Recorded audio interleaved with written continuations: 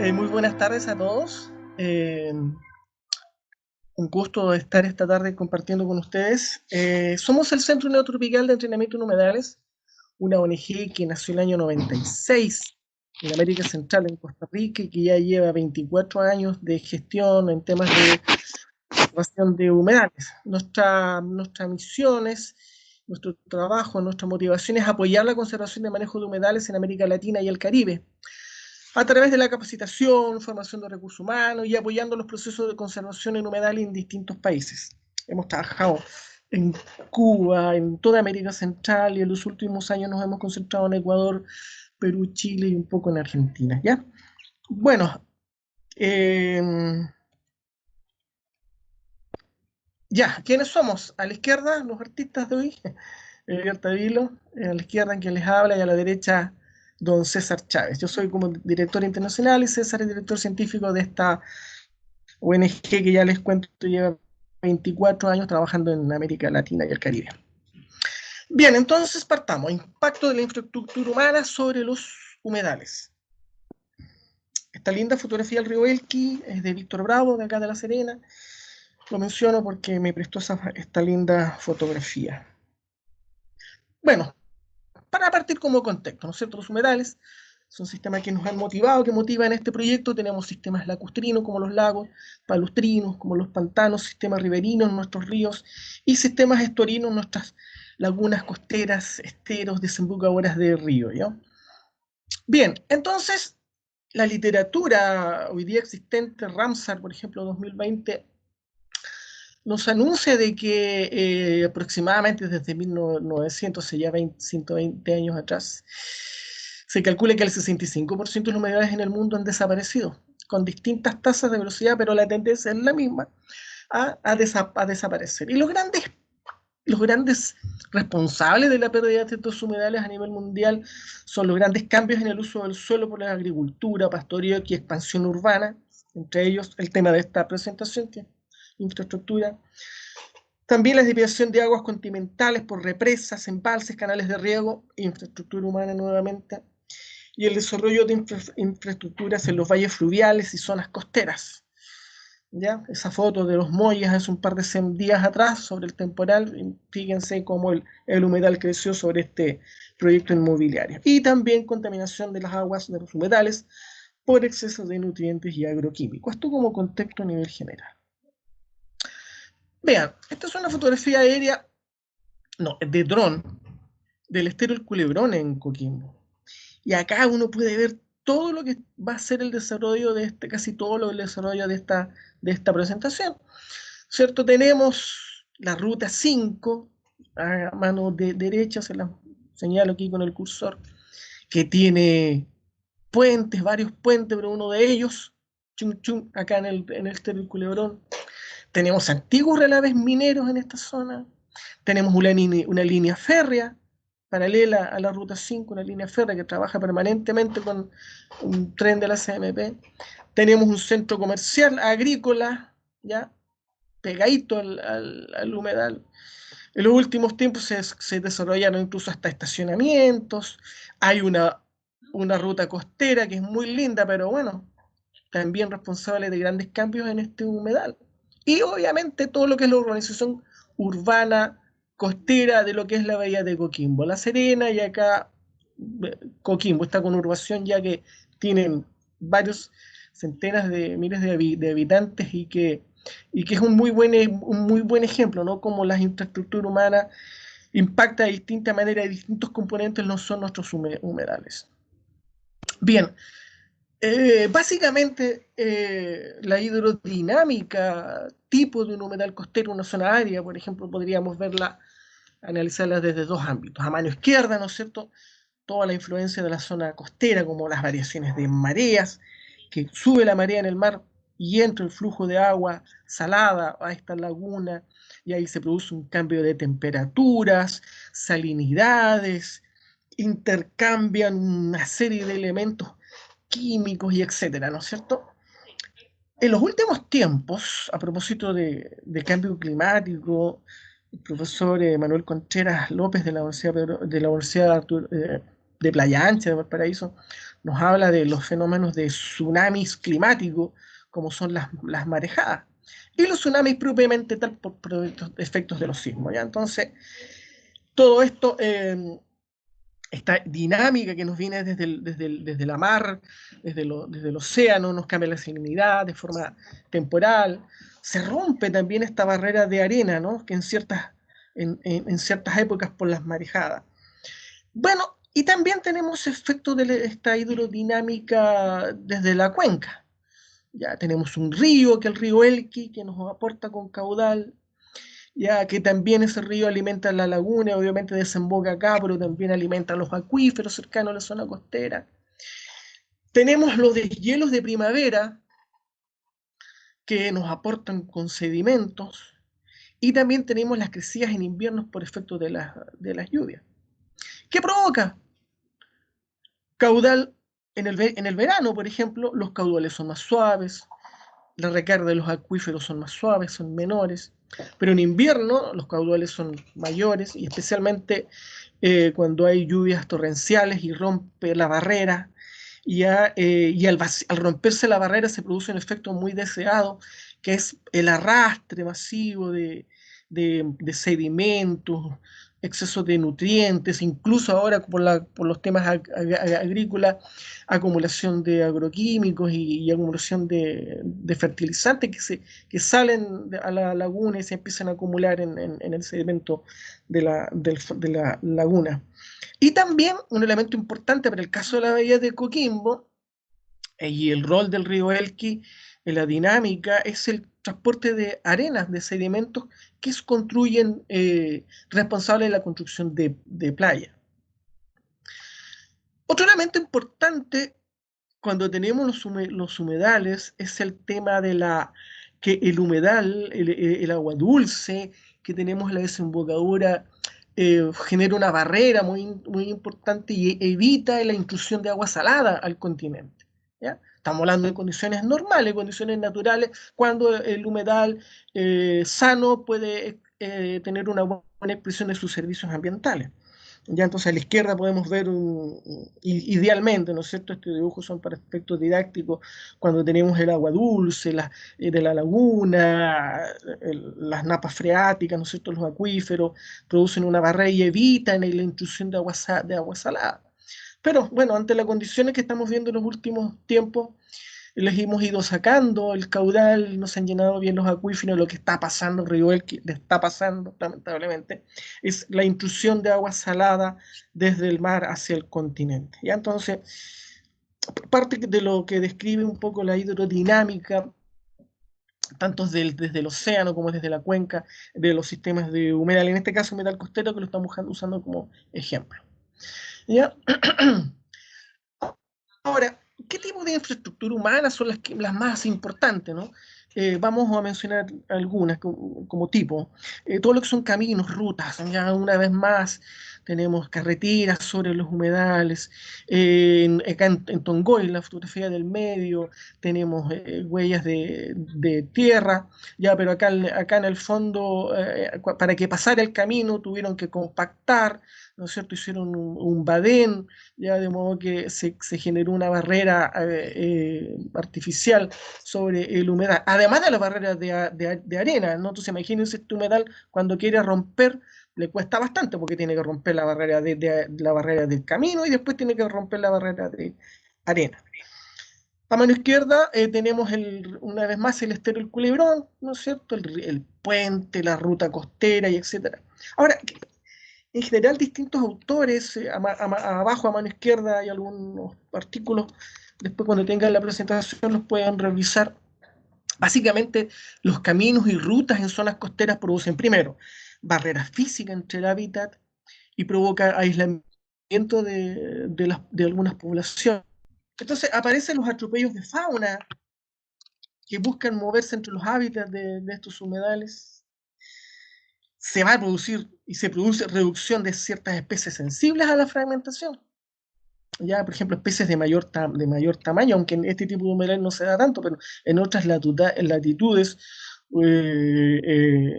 especies de mayor tamaño ya se les dificulta trasladarse dentro dentro de los espacios que van quedando por la construcción de estos caminos.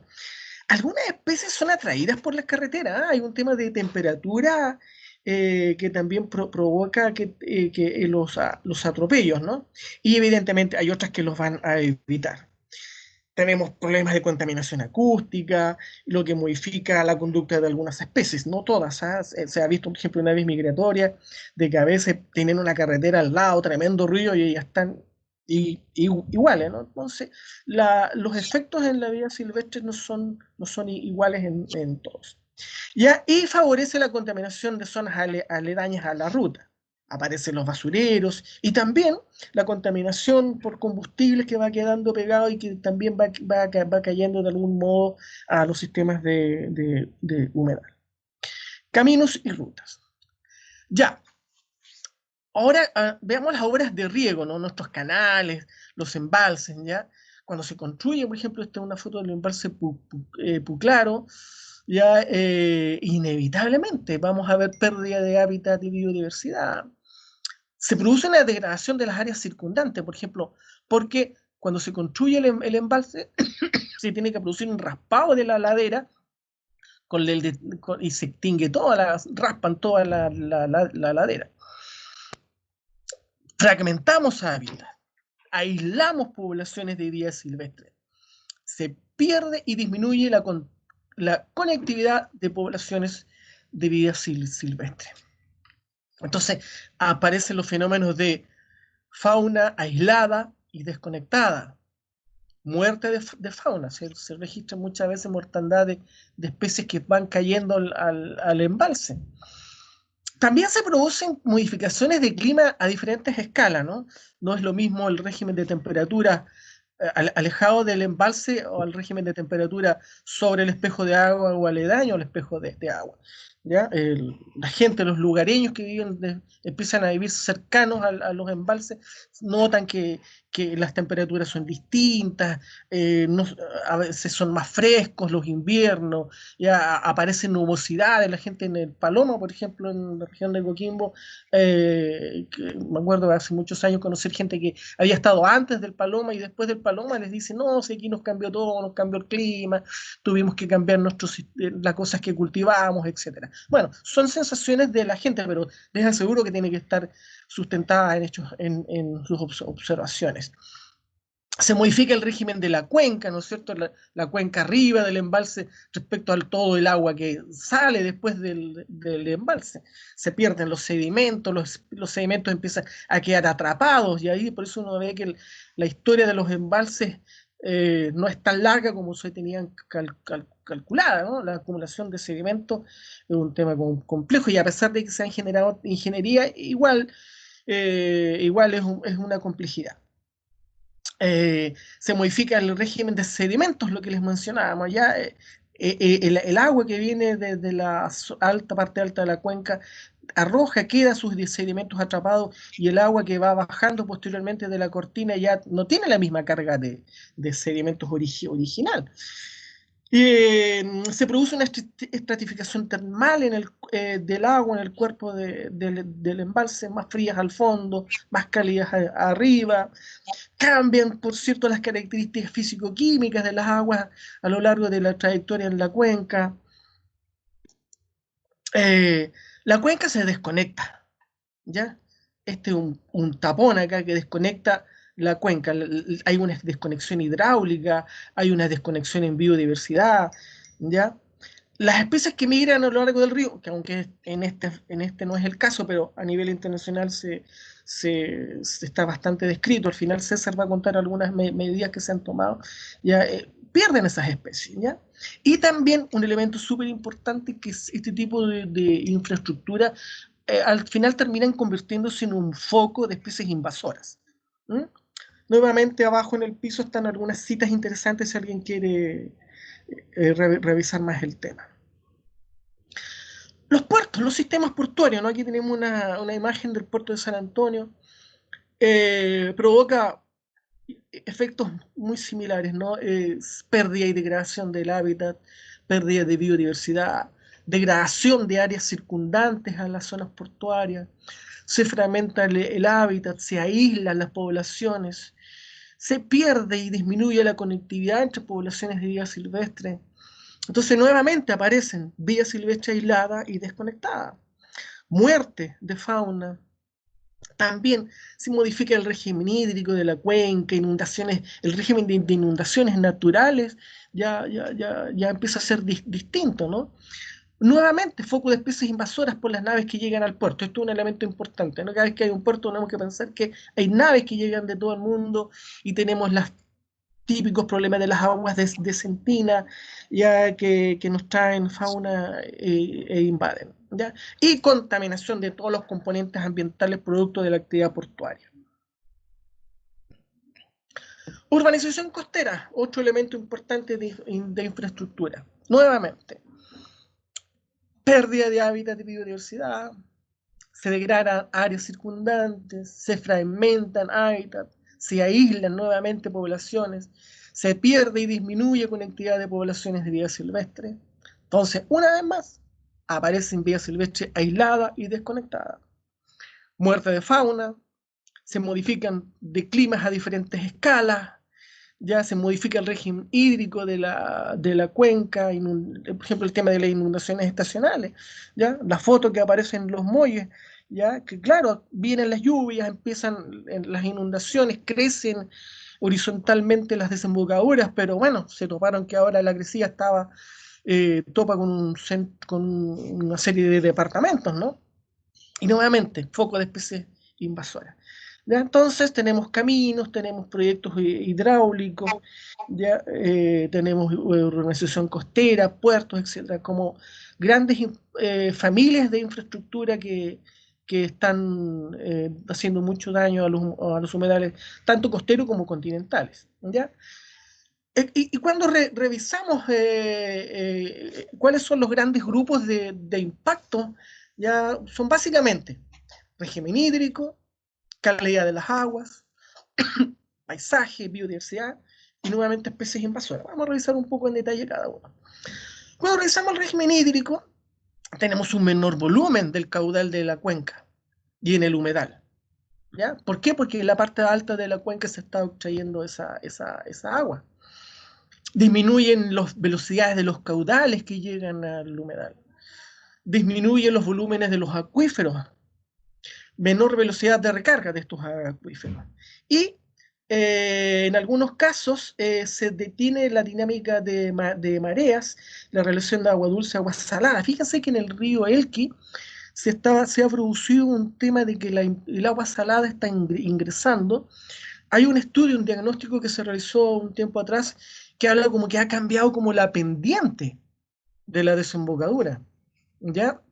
Entonces vemos que cada vez menos agua, ¿ya? ¿Por qué? Porque hay menos agua que está llegando de la cuenca, por infraestructura, por sequía, por cambio climático, etcétera. Pero bueno, esa es la realidad con la cual nos debemos enfrentar. Entonces, cuando hablamos de régimen hídrico, cómo la infraestructura modifica el régimen hídrico, estamos pensando básicamente en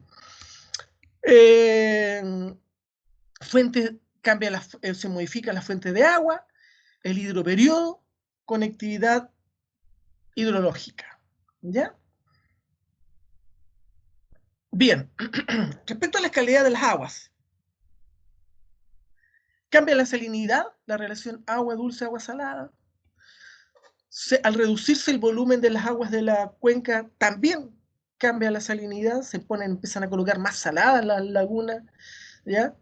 La dinámica natural de los macronutrientes se rompe, entonces empiezan a haber acumulaciones de macronutrientes, hay una mayor acumulación de agroquímicos provenientes de la cuenca alta, el vento se coloca anóxico y el agua hipóxica, se modifica el régimen de temperaturas al no existir conexión con el mar, aumentan las temperaturas en las lagunas costeras.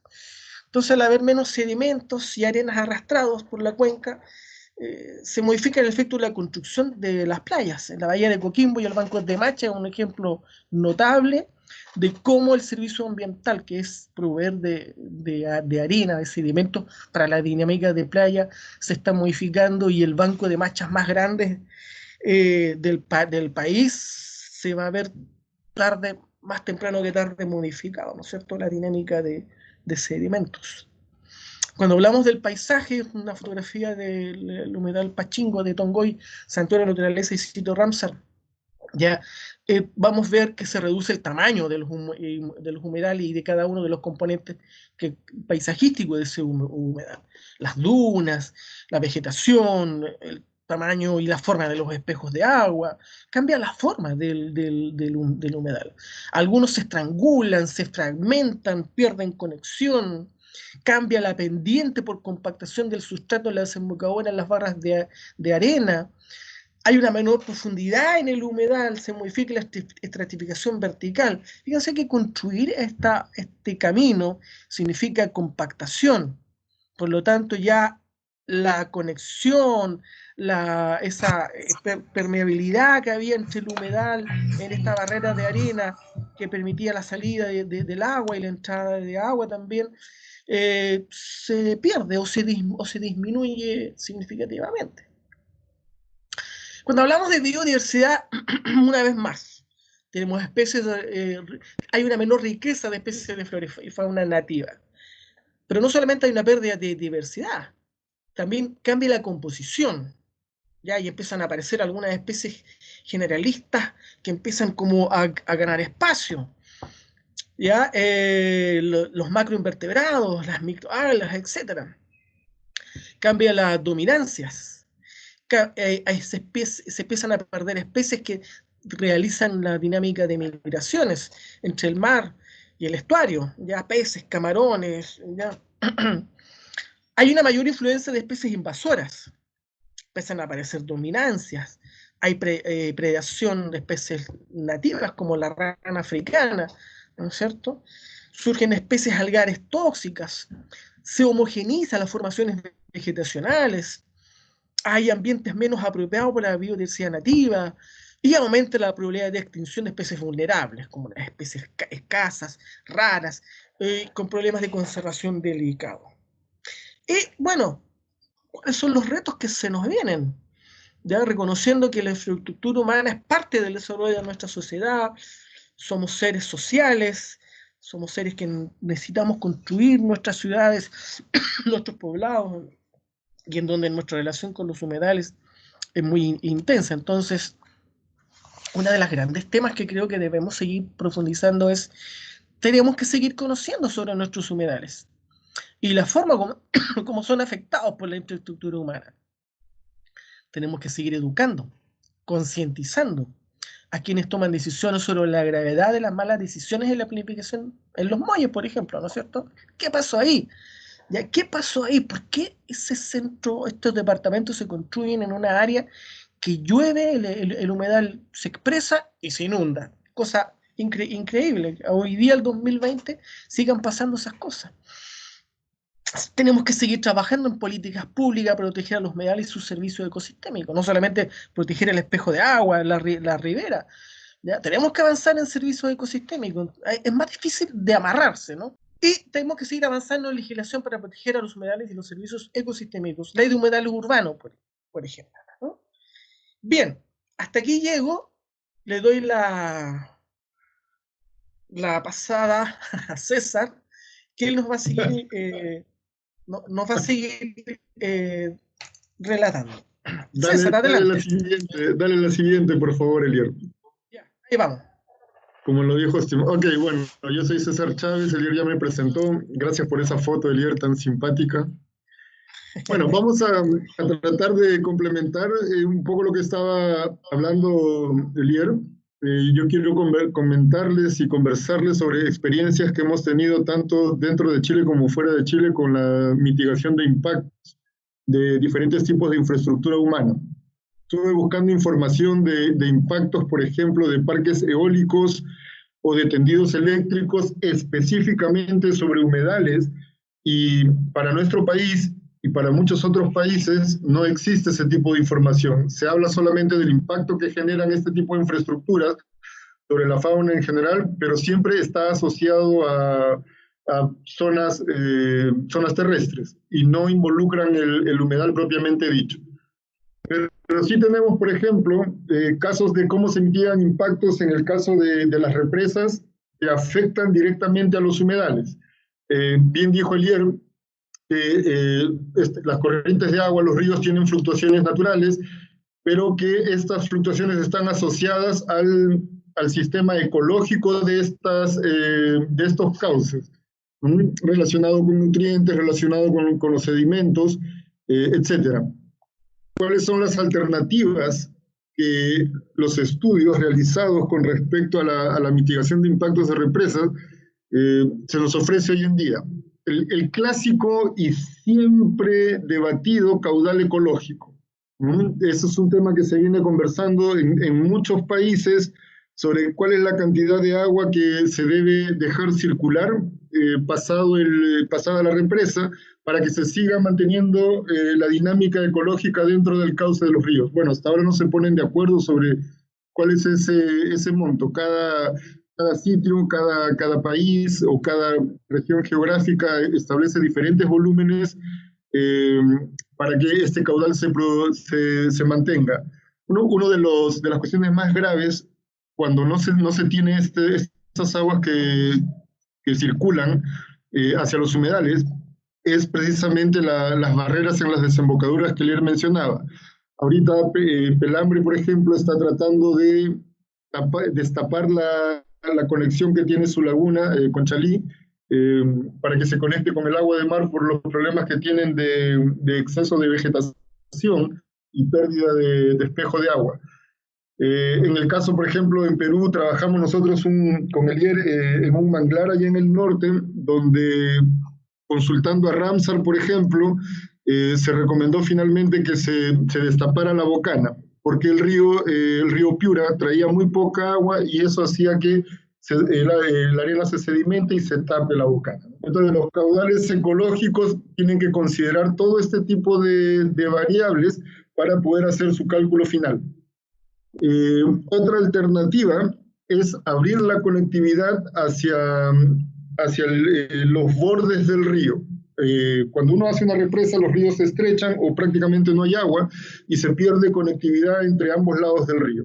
Entonces, se recomienda trabajar el tema de inundaciones estacionales para poder restablecer esa conectividad entre ambos bordes de los ríos. Esto va a facilitar la supervivencia de básicamente invertebrados acuáticos, ¿no? Luego, bueno, esto es difícil en realidad, ¿no? Pero se recomienda que se construyan las represas en ríos donde exista poca fauna acuática y endémica. En muchos países puede funcionar esto, ¿no? Les hablo yo de Perú, por ejemplo, donde tenemos ríos que provienen de lagunas de aguas de deshielo, donde la diversidad es casi mínima, y bueno, se puede prestar para este tipo de mitigaciones. Pero en el caso de Chile, tenemos una fauna acuática endémica interesante que vamos a ver luego.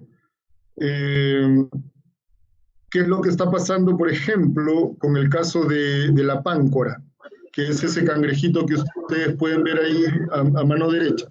Un cangrejo endémico aquí en el país, en la zona central. La IUCN ni siquiera lo ha clasificado en ninguna categoría de conservación, y aquí está limitado a algunos cuerpos de agua en la parte central del país, y del cual no se sabe absolutamente nada. Nosotros encontramos esta especie en la cordillera del Melón, totalmente aislada. La gran pregunta, ¿no? Los canales de derivación que hacen algunas empresas, ya sea mineras o de cualquier otro tipo, para derivar aguas y mantener la conectividad, ¿con qué criterios se hace? Cuando dejan a una especie totalmente aislada y los canales de derivación se encuentran alejados. Otra forma de poder mitigar el impacto que generan las represas sobre los humedales, cuando se trata de peces, por ejemplo, son esos diseños de escaleras que han funcionado mucho en otros sitios. No apropiado para salmónidos, pero sí ayuda, no solo en migración, sino en los movimientos río arriba, río abajo de diferentes especies de peces. La pregunta es si esta opción está explorada en Chile. La pregunta es si en todas las represas que nosotros tenemos en el país se ha hecho un estudio del movimiento que realizan los peces a lo largo del cauce hacia arriba, hacia abajo. De lo que yo he buscado en el servicio de evaluación ambiental, ninguna de las represas o ninguno de este tipo de trabajos en nuestro país eh, ha considerado el movimiento de los peces, no necesariamente migración propiamente dicha. Ok, esto es un estudio que yo les decía debe realizarse. Estoy poniendo dos ejemplos de especies endémicas, si no me equivoco, acá en Chile. Bacillus microlepidotus y Odontestes brevianalis. Estas especies o sea, las encuentro en los estudios de impacto ambiental, por ejemplo, o en las declaraciones de impacto ambiental donde se le menciona como especies endémicas, etcétera. Sin embargo, no existe un monitoreo consciente de qué está sucediendo con estas especies en humedales de agua corriente, post-embalses o pre-embalses. En Canadá, por ejemplo, se hizo un estudio de anguilas en este tipo de humedales corrientes y se encontró que con el año la población fue disminuyendo. Mi pregunta es, ¿qué pasa en Chile? ¿Por qué no estamos haciendo este tipo de trabajos de investigación o por qué los servicios no exigen este tipo de trabajos para poder conocer cuál es la dinámica de las poblaciones y cómo mitigar el impacto que se está generando con la infraestructura humana a estas especies? La siguiente, por favor. Ahora, en cuanto a la urbanización, si ustedes revisaron en el Facebook, básicamente todo lo que se dijo de la inundación en los muelles, todo el mundo mostraba caritas felices, caritas sonriendo, pero si uno lo analiza fríamente, eso no fue nada gracioso. Se perdieron millones de dólares en inversión, muchas familias afectadas, y obviamente la biodiversidad también se vio afectada. La pregunta es, ¿dónde están los modelos que predicen este tipo de comportamiento en zonas de anegación, en zonas de inundación, en zonas donde antiguamente hubo humedales? ¿Se puede hacer eso? ¿Existe los software o la tecnología para saber qué va a pasar? Claro que sí. Hay una serie de software que utilizan muchas empresas consultoras que permiten ver cómo se van a comportar los caudales a lo largo del tiempo y permite ver el alcance de inundaciones incluso. Entonces, ¿cómo mitigamos nosotros el impacto? ¿Cómo decimos al desarrollo urbano, oiga, paren que aquí van a tener problemas a futuro? Claro, todo el mundo dice, va a pasar, pero no se demuestra con datos, no se demuestra con un argumento científico, por lo tanto, la respuesta va a ser la misma, construyan, que no va a haber ningún problema. Lo mismo pasa en la desembocadura del Elqui. Yo no sé, muchos de ustedes que han caminado por esa zona, los que son de aquí, yo no sé si han visto a las gaviotas flotando sobre las piscinas que hay en las casas o viviendas aledañas. ¿Cuál es el humedal finalmente para el ave desde el punto de vista del ave, ¿no? En toda la costa, en todos los sitios donde hay piscinas, ustedes van a encontrar gaviotas de diferentes especies flotando. Por lo tanto, el impacto existe. ¿Cómo mitigo ese impacto? Hemos logrado, y digo hemos logrado con el IER, evitar que muchas aves mueran en piscinas de lixiviación de cobre con aguas ácidas, con unas herramientas muy simples, que son banderines de colores. Y ese trabajo está publicado y todo esto, ¿no? Pero ¿qué pasa con las piscinas que están cerca a los humedales que nosotros tenemos en la región? ¿Cómo podemos evitar esto? Hay muchas maneras de evitarlo y está reportado en la literatura. La pregunta que me surge a mí es si esto, al igual que lo dijo Elier, se incluye en la legislación actual. La siguiente, Elier, por favor. Aquí hay otro tema que es importante con respecto a la infraestructura humana. Yo les quiero contar este caso que fue muy notado y muy sonado en mi país. Abajo a la izquierda, yo pregunto si debemos mitigar la corrupción. ¿Identifican al personaje que está abajo a la izquierda? Claro, ese es Lusic. Y a la derecha está Vladimiro Montesino. Bueno, ellos pactaron la construcción del edificio y de la fábrica de fideos Lucchetti, de todo lo que es pastas Lucchetti. Ahí pueden ver el edificio y miren el color que pintaron el edificio. Ustedes saben para qué pintaron ese color, para camuflarlo con el ambiente, ¿no? Para que no sea muy agresivo con el ambiente. bueno, ahí se encuentran los pantanos de Villa, que es un refugio de vida silvestre en el Perú, y ahí está ubicado el famoso edificio de Luchetti. Hoy, por los videos de la corrupción que hay en Perú, se supo de este arreglo que hubo entre Luksic y Vladimiro Montesinos, y lo que se vio finalmente con este hermoso edificio de color verde fue el clásico problema de la colisión de aves con el vidrio. Pues el vidrio reflejaba vegetación, reflejaba, como ustedes pueden ver en la foto, reflejaba el humedal, y comenzaron a golpearse muchas aves, a morir muchas aves, y por supuesto la información se empezó a esconder porque eso es propiedad privada. Por lo tanto, no se podía hacer un estudio real y firme de qué estaba pasando. Oiga, mueren 890 millones al año de pájaros por colisión con vidrios en los Estados Unidos, que se sabe porque se reporta, ¿no? Aquí en este caso particular se desconoce cuántas murieron y cuántas siguen muriendo, porque a pesar de que ese proyecto se dio de baja y no funciona la fábrica ahí, por todos esos temas de corrupción, se sigue observando colisión de aves contra tremendo edificio que tiene una orden de demolición, pero que no va a suceder probablemente nunca, ¿no? ¿Cómo se mitiga este impacto? Bueno, la literatura es amplia para mitigar esto, ¿no? La siguiente, por favor, Elier.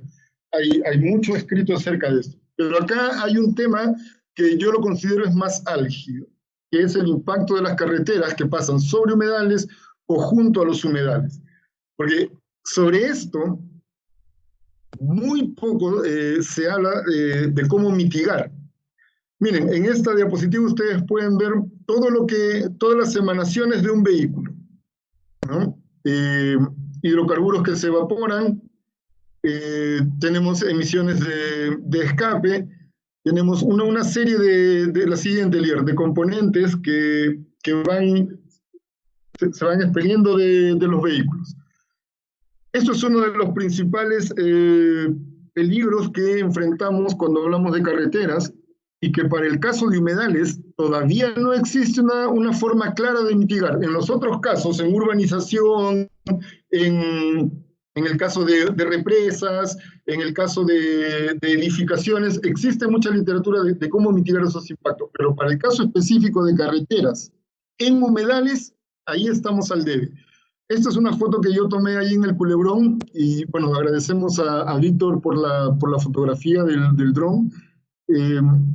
Justo en el centro de la carretera que cruza el humedal. Esa es una tagua que fue atropellada. ¿Qué hace una tagua cruzando a más de 3, 4 metros de altura a la que se encuentra este puente? ¿Por qué cruza por ahí? ¿Alguien ha hecho el estudio? ¿Alguien ha averiguado? ¿Alguien ha investigado? No tenemos la menor idea. Yo no sé si se han dado cuenta que del puente hacia el mar se concentran algunas especies de aves, y del puente hacia el otro puente ferroviario otras especies de aves. ¿Acaso el puente está funcionando como una barrera? ¿Acaso el puente está impidiendo el flujo? ¿Qué impacto está generando realmente? Eso en cuanto al movimiento, la siguiente, Lier, en cuanto al movimiento de las aves, básicamente. Pero hay otro tema dentro de lo que es carreteras, que es lo que ocurre en el caso de áreas terrestres. Yo me pregunto si lo que sucede en áreas terrestres lo podemos aplicar también hacia los humedales cuando una carretera atraviesa el humedal o cuando una carretera está junto al humedal. Probablemente sí. Cuando uno construye una carretera, ojo, esto de aquí, esto que les estoy presentando es del libro Road Ecology de Tony Clevenger y colaboradores. Son más de 15 autores que escribieron este libro, y estos estudios han sido comprobados, verificados. No son suposiciones. Las variaciones microclimáticas de las que Elier hablaba en el caso de carreteras comienzan a sentirse muy rápido y muy cerca de las carreteras. En el caso de reptiles, básicamente se da este problema, pues cuando el pavimento comienza a calentar, muchos reptiles utilizan el pavimento para termorregular y terminan siendo atropellados. Eso se puede ver, por ejemplo, en el caso de, bueno, en muchas carreteras aquí en Chile, y yo lo he visto muy de cerca en la Reserva Nacional La Chinchilla, donde hay iguanas y otra suerte de reptiles atropellados. Y eso responde a esas variaciones microclimáticas que se dan muy cercano a la carretera. Pero hay otro tipo de elementos que son más nocivos todavía, que llegan más lejos producto del paso de los vehículos. La siguiente, Elier. Y me estoy refiriendo a contaminantes que salen directamente de los vehículos y que pueden alcanzar 20, 30, hasta 50 metros de longitud. En el caso de carreteras que atraviesan humedales o pasan junto a humedales, se ha medido esta cantidad de contaminantes, material particulado, PM2.5, PM10, lo que sea. Miren, acá en el libro de Road Ecology, en Canadá, se muestra la medida de todos estos contaminantes que van encontrándose o que van depositándose conforme uno se va alejando de la carretera. ¿Cuánto de esto está llegando al agua de los humedales? En el caso del Culebrón, en el caso de cualquier otro humedal que está atravesado por una carretera, o cualquier humedal que tiene una carretera al costado. ¿Cuánto de esto ordena el Servicio de Evaluación Ambiental, o en el caso de carreteras el MOP, cuánto de esto se ordena medir?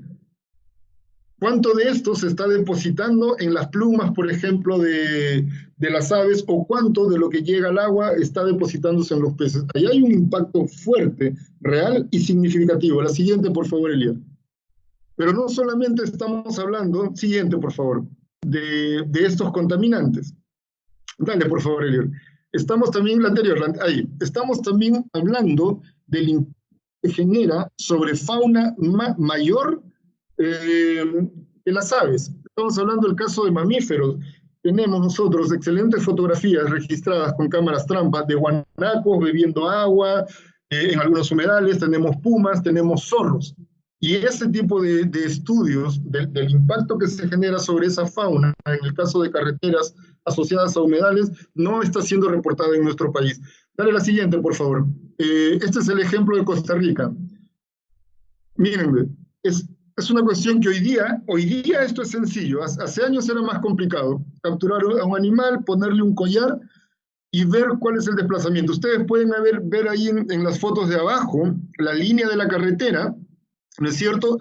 Y el movimiento que realizan estos mamíferos que no cruzan hacia el otro lado. Si de por sí una carretera ya es una barrera, ¿no es cierto?, en tierra, ¿qué efecto estará produciendo sobre el desplazamiento de mamíferos, ¿cierto?, de tamaño mediano, de tamaño grande, cuando nosotros tenemos estas prácticas en humedales? Aquí hay 3 personas de las que yo conozco, y de repente hay más, pero sé que está Víctor Bravo, por ejemplo, está Elier, me incluyo, que hemos recibido adiestramiento de parte de Tom Langen, que se mencionó al principio, Joel Sáenz, allá en Costa Rica, Tony Klevenger, bueno, y el fallecido Salvador Peris, quienes han trabajado estos temas por años en Europa, en Canadá, en Estados Unidos y en Centroamérica.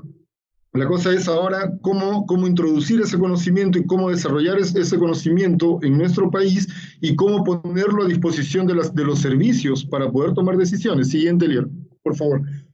Entonces, se está generando ese tipo de impacto. Y el otro impacto, mira, ahí tenemos cerca de 200 metros que evitan muchos mamíferos de acercarse a la carretera. Pero el otro impacto es la afectación por ruido en los pájaros o en las aves. Estamos hablando de hasta 500 metros. La cuestión es simple, ¿no? Tomar un sonómetro y hacer las medidas. Pero eso debe ordenarlo algún tipo de autoridad, porque muchas veces los investigadores no tenemos los recursos para eso. Pero medir ese tipo de impacto en zonas donde tenemos humedales, existen formas de mitigar.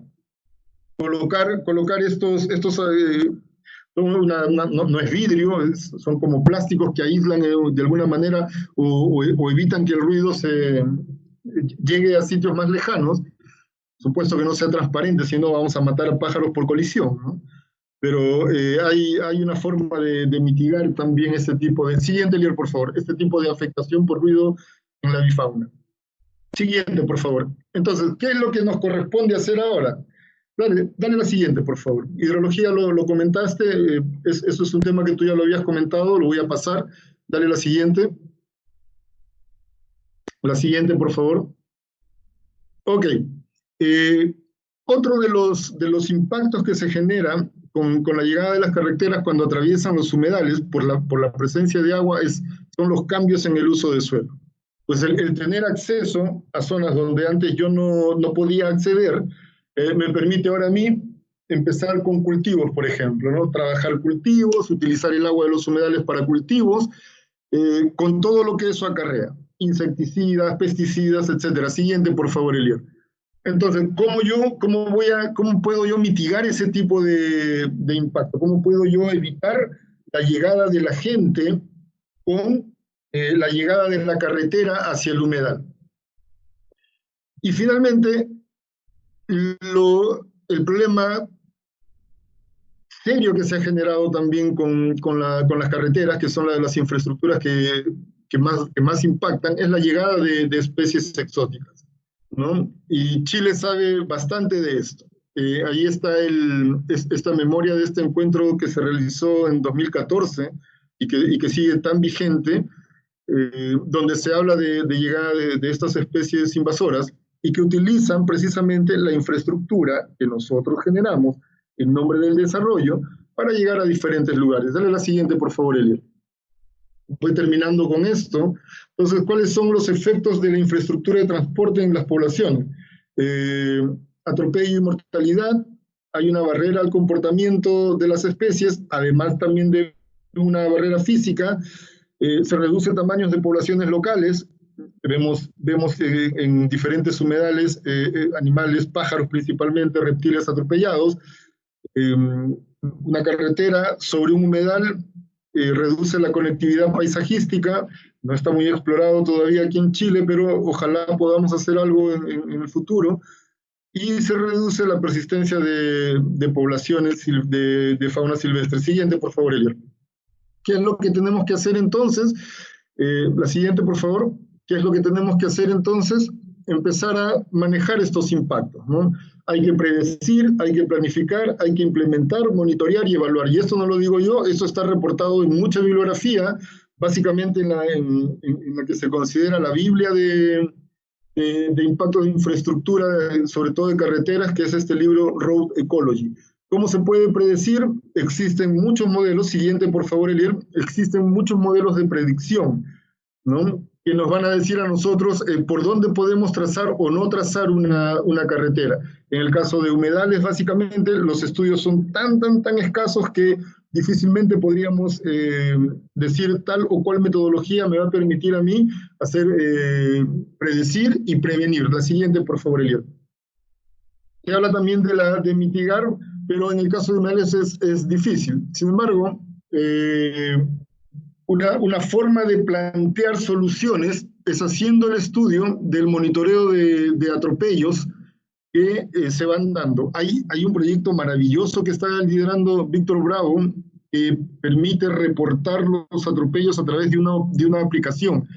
Yo les recomiendo que lo busquen porque es una forma de poder aportar a esta problemática. La siguiente, por favor, Elier.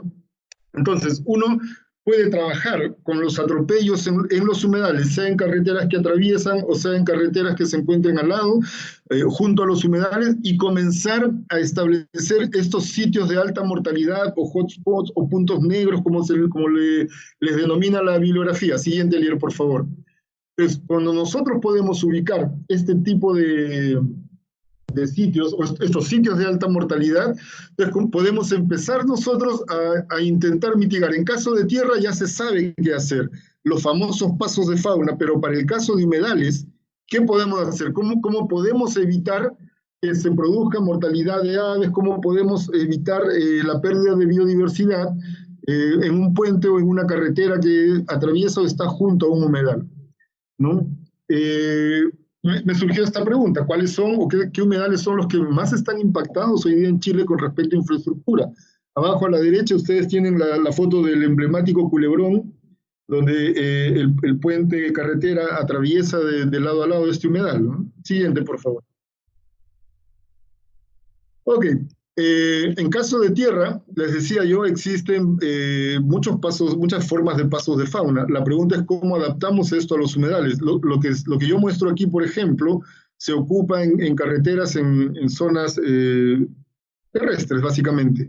Pero ¿cómo podría yo tener una suerte de paso de fauna en humedales? ¿Cómo puedo yo asegurar que una carretera o la infraestructura humana propiamente dicha no me corte la conectividad, no me corte el paisaje? Siguiente, por favor, Elier.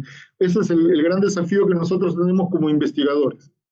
Entonces, termino con esto, ¿no? Debemos incorporar el impacto de la infraestructura humana como un elemento clave en el diseño de cualquier tipo de obra dentro del país, sea urbano, sea carretera, sea embalse, etcétera. Vamos a generar un impacto, vamos a convivir con eso, pero ¿cómo nosotros podemos mitigarlo? Por lo tanto, en los diseños tenemos que incorporar esa variable. Y también incorporar en la legislación. ¿Hay que hacer investigación del impacto para sustentar leyes? ¿Es necesario? Yo pienso que sí. Yo creo que una ley que se sustenta en un estudio científico va a poder finalmente dar los lineamientos para evitar este tipo de impactos o mitigar de alguna forma, ¿no? Y bueno, ya que está de moda el coronavirus, pues el desarrollo urbano viene siendo hoy día el coronavirus de los humedales. Gracias por la atención. Súper. Muchas gracias, Elier. Muchas gracias, César. Gracias. Un saludo para todos.